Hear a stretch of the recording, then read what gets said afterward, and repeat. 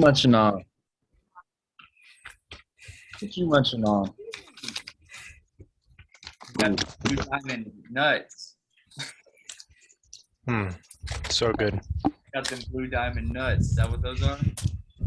Yeah. Smokehouse. Smokehouse blue diamond nuts. That's that good. What it do, Mr. Tabalo? How you been? Been good. Mr. Vu, how have you been? Well, Doing good and only getting better. let's go. I see both y'all are outside today. Happy. Oh, yeah. Oh, yeah. What is that plant behind you, Aaron, that you're growing? I could not name a single one. We got That's- some succulent on deck, got some leafy greens. Well, that one on the You can't see it, far, but- the one in the white looks like a pepper or tomato plant. Purple bell. Good spot. It's a Vibosophorus. Vibrosophorus. That's the Vibaceae family. Dude, the tree behind you looks crazy too, Tabalo. Oh, yeah. That's So this tree is what's the trees they make the cross out of? I have no clue. Oak tree. I was going to think Chinese ginkgo, but And Parker was telling me the name the other day, but yeah, it's like the same kind of wood they used to make the crosses off of back in the day. so it's a solid wood. all right. Mhm. When I die, I'm come get that cross from your yard. Yep. Yeah. Hopefully there's enough for all of us. Oh yeah. Boys, well, dude, the markets have been batshit crazy the past I guess yesterday for sure. And Well, today man. was just never ending. It's been popping up in the morning though. We've been talking about that from 9 Eastern to around 11, 12. You think okay, this is the end. It's rallying. It's over.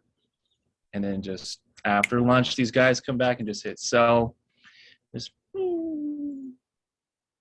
back to where you were. I don't know. It's crazy to me. Everything as a whole, not just the stock market, but crypto. Everything is just bleeding. People are just probably losing their minds.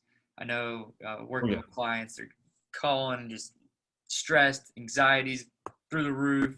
People's mental levels through just everything's going crazy right now. It seems war with Russia, United States, inflation, everything, crazy shit. Yeah, we're all getting stress tested right before our eyes by the hidden tax of inflation. So the money we made last month is losing purchasing power faster than historically. So what they announced a 8.6 CPI, so 0.3% increase since the last report. And now we're seeing the Federal Reserve hike interest rates, but it's still not signaling that confidence that they're able to restore and tame down inflation. So, it's is this just lip service and they're saying this, they're doing that? Or is something in the plumbing going to break that's going to force them to, hey, we have to keep printing like we were, because that's just, the entire market since 2008 has just been basically operating on quantitative easing and just basically free capital. And when you take away that privilege, then you have to find value and return on that capital, and it's getting sucked out. And, the financialization and kind of corporatization, I think 18% or 20% of all S&P 500 are zombie corporations, which means that they couldn't pay back the interest on their loan, yet alone the principal, just based off what the interest rate is. So Who's holding up? Just the banks and these loans they've taken out? yeah, so they all have the same they all have the same creditors. And one thing that happened under Trump that was interesting is at the beginning of COVID, there's a big collapse down. I think I've told you guys about my same big short thesis, but I had it then, and I was way deep in the money. I think it was up 25 grand. And then the Federal Reserve announced, they're like, hey, we're going to buy corporate debt, which is a violation of the Federal Reserve Act, and just nuked my my puts and my time decay and just totally reverse the volatility on me. And like it's that same story, but now we're at a point where, where's the value, where's the money? And at that same time, like Amazon was able to have dinner directly with the Federal Reserve Chair Jerome Powell, and he'll just get a credit line from the central bank, and it's like they don't even, like that's what we're operating in. It's like just these huge, So it's like leviathans.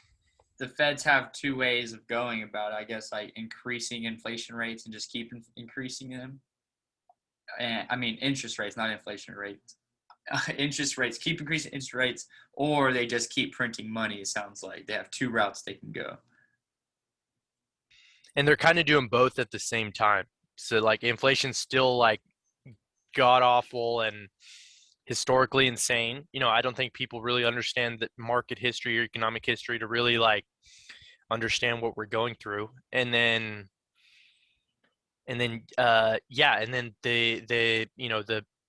the speculations and the sentiment is like they're like, yeah, we're gonna rate hike more. They're all hawkish.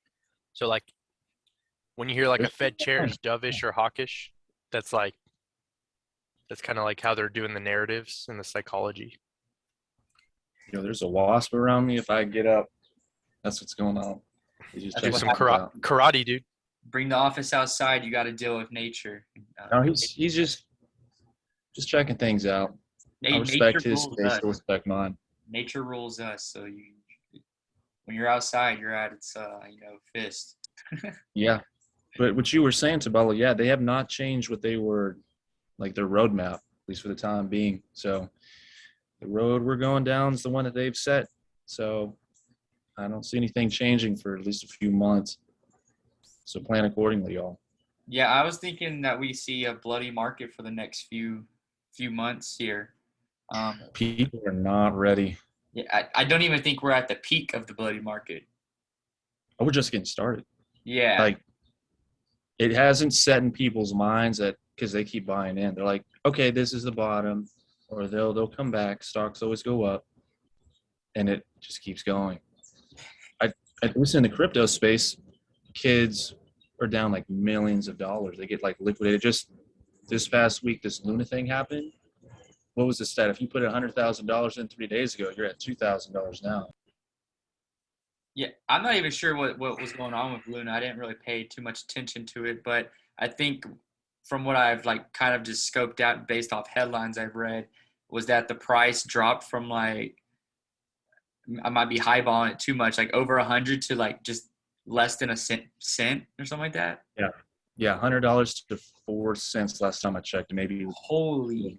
Yeah, they were a huge DeFi net ecosystem, and their liquidity dried up, and their protocol broke. They didn't have the efficient market tokenomics to survive. And you got to think of these cryptos like that. For those of us have been in a while, it's like bacteria. It's like bacteria will grow, and then eventually like all the weak ones die out, and then only the strong ones will survive. And Bitcoin and Ethereum is really just it. But something I would hone in on, whoever's listening, is I assume you're kind of in our age group, is we've never been through a debt cycle crash. We're in the biggest one ever that we are walking through. So there's very few of us have done our homework. Luckily for you, we've done a little bit of homework.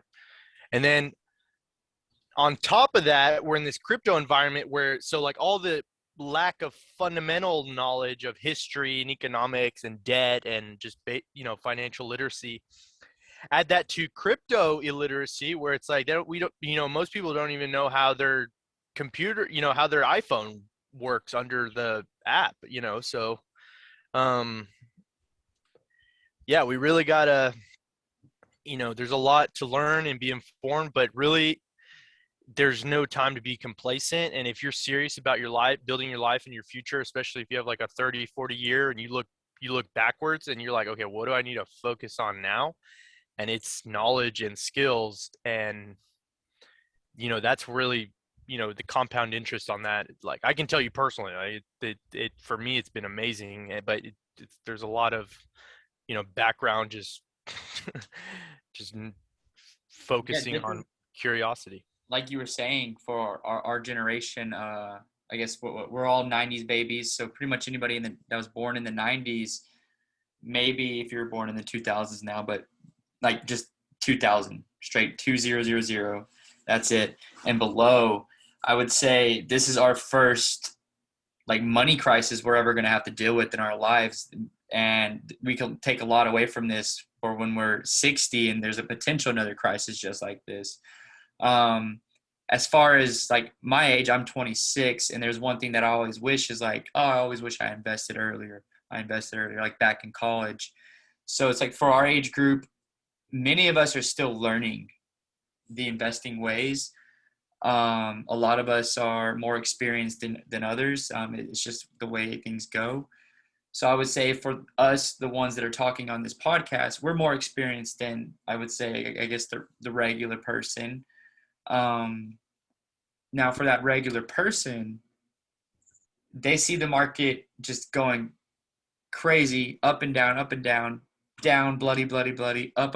One day, S&P's having its best day. The next thing you know, it's having its worst day.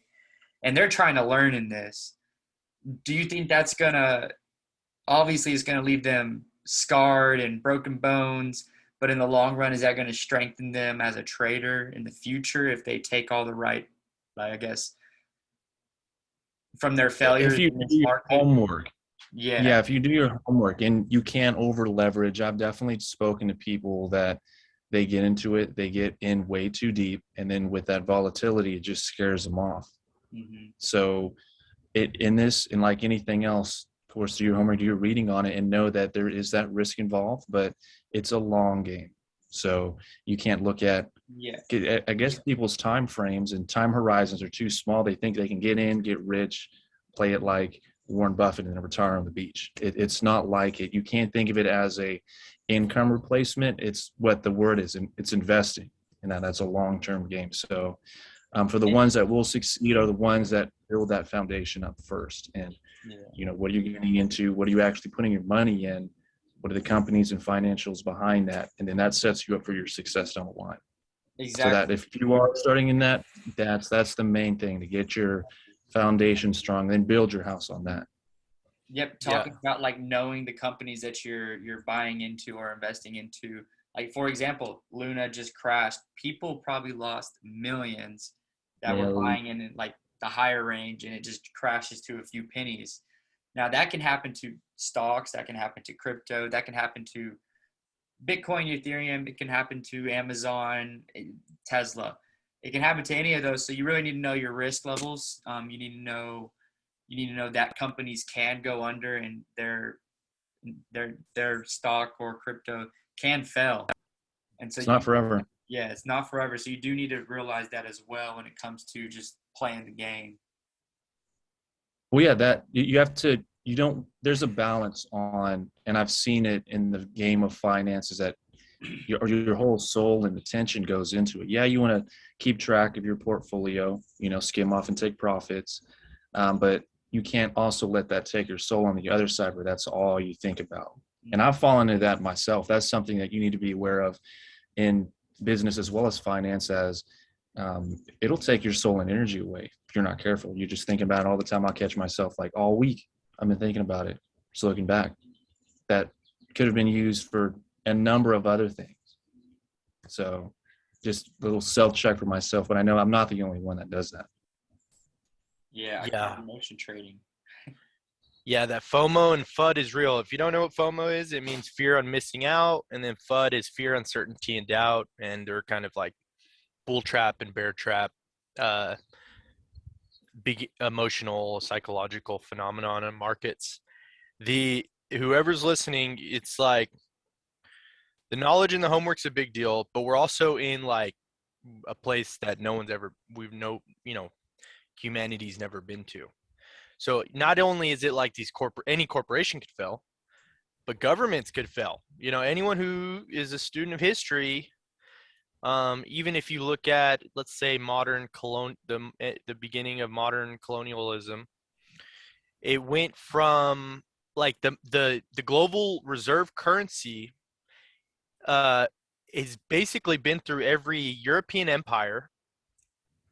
It went from the Portuguese to the Spanish, the French at one point, the French to the British, and then we got it from the British over since like the 1500s. So these are called like monetary super cycles, and these are like, things that people don't really even understand how to see in the US dollar.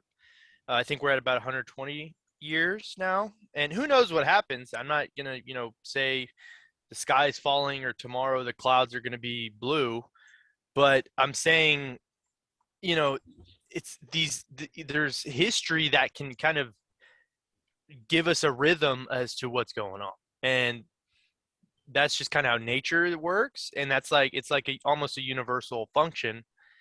And at least when it comes to just specifically investing, it's like fundamentals. So fundamentals, like if you're looking at stock or anything, it's basically free cash flow, debt. You can make the model as simple as you want. You're just like, what's your assets and what's your liabilities? Like, what are you worth? And it's like, you can do all this complicated financial market, Wall Street stuff. And you're like, all right, look, their earnings, free cash flow, their EBITDA, all this stuff. But they're, price to earnings. And you don't get me wrong, that's a part of it. But it's like, it's just think of it as simple as possible. And then fundamentals. And you have the technicals. So those are the people that do all the charting. And that's the people that, we have a signal system that Dave's created. And then, but ultimately, it's just like trend analysis using commonly used stuff by people who read charts all day, which is like the Bollinger Band, MACD, RSI, EMA, SMA, just stuff like that. Just the math of like reading the price on a chart in a time series. And then it's uh, the price. So it's like, okay, you know, what's a stock? Palantir, $7. Like $7 doesn't sound expensive, but a Bitcoin right now is like what, 28 grand? So, price to value. And then when you get kind of mature, like you see how you're like, okay, that's how you do the market stuff. Then there's the monetary system. So this is the central banks and governments, and that's where the forex markets, and that's like the infrastructure in the payment rails that feeds the market, the market being able to do commerce and transactions. And then once you start learning about the central banks and monetary policy and the monetary system, then you're like, okay, then you look at Bitcoin and you're like, okay, scarce monetary policy. Then you have a limited supply, and literally within the first Bitcoin block was encoded like the banks are asking for a bailout. Like that was when Bitcoin gave birth, was like when the banks were getting bailed out and the market was crashing. The first block of Bitcoin. Like that's why it exists, to like go straight for the neck in a peaceful way of this power structure that is not in our control. But now it's all in this kind of technocratic way, and then it boils down to, okay, how do you make income? How do you deepen your craft and value? And whatever you do, you got to have a techno or data driven approach, and that's just like that's where the competition's at. And if for those that sounds far ahead, I understand, but I challenge you. It's like this is only going to get crazier. It's only going to get worse, and it's it's already happening. So Yeah, I mean, Yeah, we're in the middle of it. yeah, and data, you need data with anything in life just to improve. I mean, you want to get better in the gym, you're going to have data. You're going to see your weight every day. If you're weighing yourself every day, you're going to see your strength improvement. And that's just like data that you're keeping in your head every day. So think of it on a larger scale with massive corporations that have millions, billions of dollars, and how much data they're collecting on their customers, their competitors, and just everything in general. They're just data collectors, and that's why it's important. it's like we're in the information age. Data's the new oil. Bezos, Musk are basically this century's Rockefeller, Carnegie, Vanderbilts, Gates, and that's the game this century. It's like, what are you gonna do about it? You have to be pragmatic, and you have to focus and learn, and you got to have community, and you got to know to listen to. You never want to be the smartest person in a room, and you need to surround yourself with diverse opinion, perspective, and experience and knowledge, and that's all we aspire to do with Eat and Vibe and Vibulin and Ask those dumb synergy. questions. Yeah, just ask a fucking question. It's like, ask something. Don't ask nothing, because if you ask nothing, you'll receive nothing. Ask something, you'll get something. Exactly. So ask the dumb questions.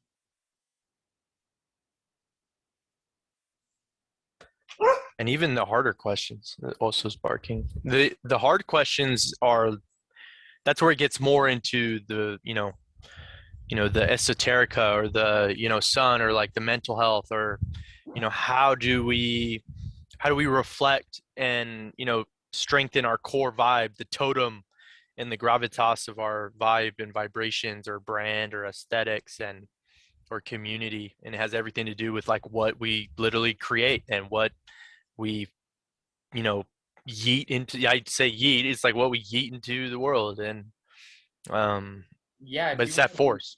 If you're gonna want to be great in life, the first thing you're gonna have to work on is your personal self, that being physical and mental.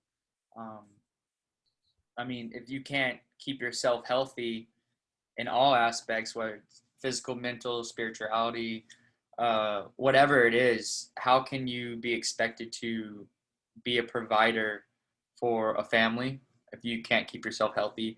How can you be expected to be a great employee if you're just not keeping yourself as one? And you'll see throughout people's lives, they'll just let themselves go. They'll degrade. That slowly leads to depression, just anxiety, just confidence down. They don't like the way they look. And when you don't have confidence, you're literally going to perform lesser than people who have confidence. You can go into a room and you can tell who has confidence when you go into a room. They're standing up straight, loud mouth, talking to everybody. Now, if you don't got that confidence, how do you expect to be able to improve in life? How do you expect to be able to network and talk to somebody smarter than you? How do you expect to, learn something new? Being healthy is improved in all aspects of life. So you can't really learn if you're not physically fit. You can't really learn if you're not mentally sound. And you can't really learn if you don't have some type of aspect of like a spiritual level to you. Now, I know there's people out there who are going to say they're like atheists and don't believe in anything. But that at some point in your life, you're thinking there is something higher than you. I can almost promise you that almost 100% of everybody in this world at one point has thought there's something higher than them. And that's what it is. It's spirituality. Atheist is a religion, I guess you could say. I don't know. I just kind of went off on a tangent just there. Well, no. It's very important to have, like what you were really harping on, is that deeper drive and purpose. And I think, at least I'll speak to it as a masculine perspective, since that's where I'm coming from. It's, why are you doing that? Why are you working every day? Why are you coming into the office? Why are you getting better for that end goal? And I think that's where a lot of people's issues with confidence and drive and health come from, is that they haven't even set that to begin with. So back it up, like you have your long-term 30-year plans. How are you going to get there? Well, what is it to begin with, and then work it back from that point. Is it to provide a community that like we're doing, or to bring up the ones around you, or at least it can even be as simple as just to not necessarily be average, but just to provide your skills that you have, be it whatever, from tech to sales to even just working at a normal government job with your forms, but providing that higher calling with that gift that you've been given, and honing into that to make at least the world around you a better place. So finding that's number one. I think for Yeah, anyone listening, if you're small struggling with that, setting what's like up? setting like my bad, I didn't mean to interrupt. No, Like no, you're setting good. small challenges, like just like a weekly challenge that you can go and compete with yourself, maybe compete with a spouse or a brother or sister or a friend, just to make it fun. Small steps, Yeah. small goals, ones that are achievable. I think another problem is that people set these big goals, which are good, but sometimes hard to reach or way down the line, and then you get discouraged. You don't get like, oh, I didn't lose 30 pounds this year. Yeah, because that's not an actionable goal. Okay, yeah, the big idea is I want to lose 30 pounds by summer. How do I do that? Let's go look at what I'm eating, what am I doing every day, and then structure your life around that to get to where you want to be. And that's not just for losing weight. That can be for money, business, what have you, mental health or otherwise. I do have to say goal setting can be different for everybody though, because like for me, it's like, I mean, I do have like my short-term goals that I know that are going to get completed. I'm not worried about those getting completed because like I know where I'm at and I know those will get done. But my long-term goals, I always set them above and beyond. That's like something unrealistic, just because I know that's unrealistic. So if I fall short, I'm pretty high up there. That's just the way I think of it when it comes to like my long-term goals. Like, oh, like I want to squat just 315, but on my goals, I write I want to squat 1,000. Like it's just silly things like that. Like just thinking outside the box, dreaming large, and if you're thinking big and you're dreaming big and you fall short of that one big dream, think about how if you did fall short, how high up you were though. So like boom, boom, boom, just steps you gotta take. Well, yeah, you got to come in with the energy. Yeah, go ahead. A lot, I remember I used to think in like goal mindsets, but I since I kind of had more of a systems thinking, it's like I've learned it's not necessarily the goal, but it's a system and process that you are enacting or manifesting on a persistence that will achieve, the defined objective or mission. And,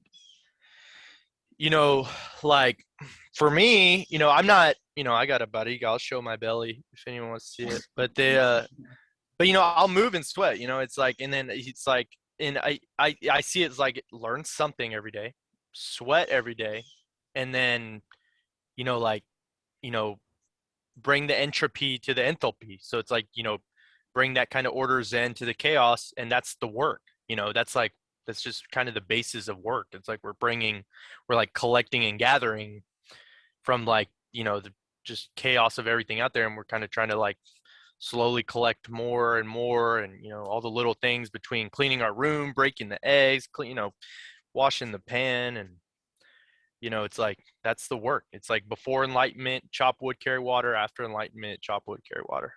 That's a good Same deal. Building those habits that are going to reinforce where you want to be. That's ultimately what your systematic structure is. Yeah, like I just see it more as like, I think it's more effective as a strategy to be like, okay, I need a system that's going to get me here or there. I think that's the kind of the wave that I'm on. It's like it's like more of a discipline route. Like you wake up every day knowing exactly what you need to do. You kind of have like a time frame of when you need to do it and how it needs to be done to make sure you receive the end result that you wanted for that It's day. easy. The Yeah. less thinking you got to do, the better. Save that mental bandwidth for the important decisions. Yeah, the And structure makes those small decisions. I already know. Don't even think about it. Just do them. Think about it. Send it. Yeah, don't even think. I was actually at the gym today with a buddy of ours, and I was just going through his workout, and it was funny because like I was telling him how I was like, yeah, bro, when I work out, I just kind of like black out. I don't even think about it. I'm just kind of just doing it. Oh. And he's like, what? He's like, what about when you go heavy? I'm like, oh, that's when I really just black out. It's like, I'm gone. I'm gone, bro. It's like, I just know there's something heavy and I just know I need to go up and I need to go down and I need to come back up. and I can't drop the weight, or else this is more work for me. So it's like I just kind of go to another world. So it's like it's okay to zone out, black out, and well, black out. It's okay to zone out. Don't black out every day from drinking, but kind of just go into that own trends that you like to do things and just get shit done. It's the flow state. I don't know if you've heard about that term, but that's what it is. The mass just productive state that you get when you're like, whatever the task is at hand, that's all I'm focused on. What do they say? So I know what you mean. I get in the same mental space of whatever it is, being When all your blacked out or chakras are in aligned. the zone. Huh? When all your chakras are aligned. That's it.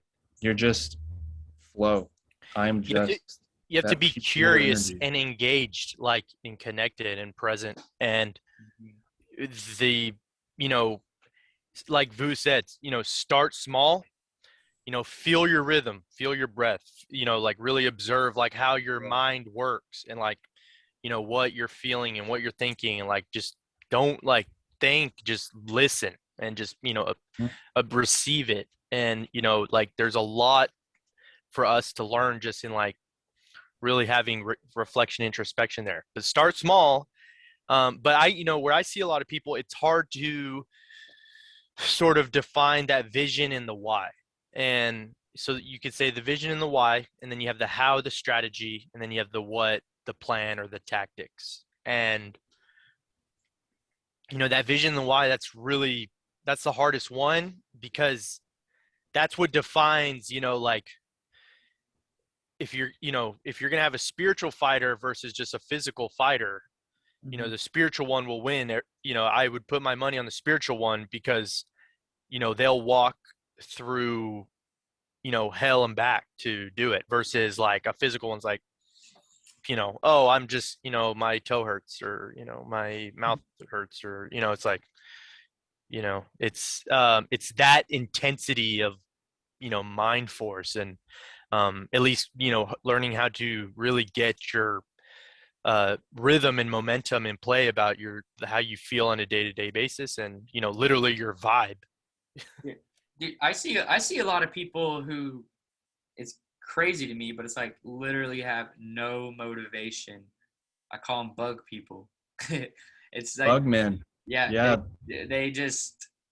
they wake up, they go to their job, they come home. When they get home, it's just like no drive to do anything, not even lift a 5-pound dumbbell, not even.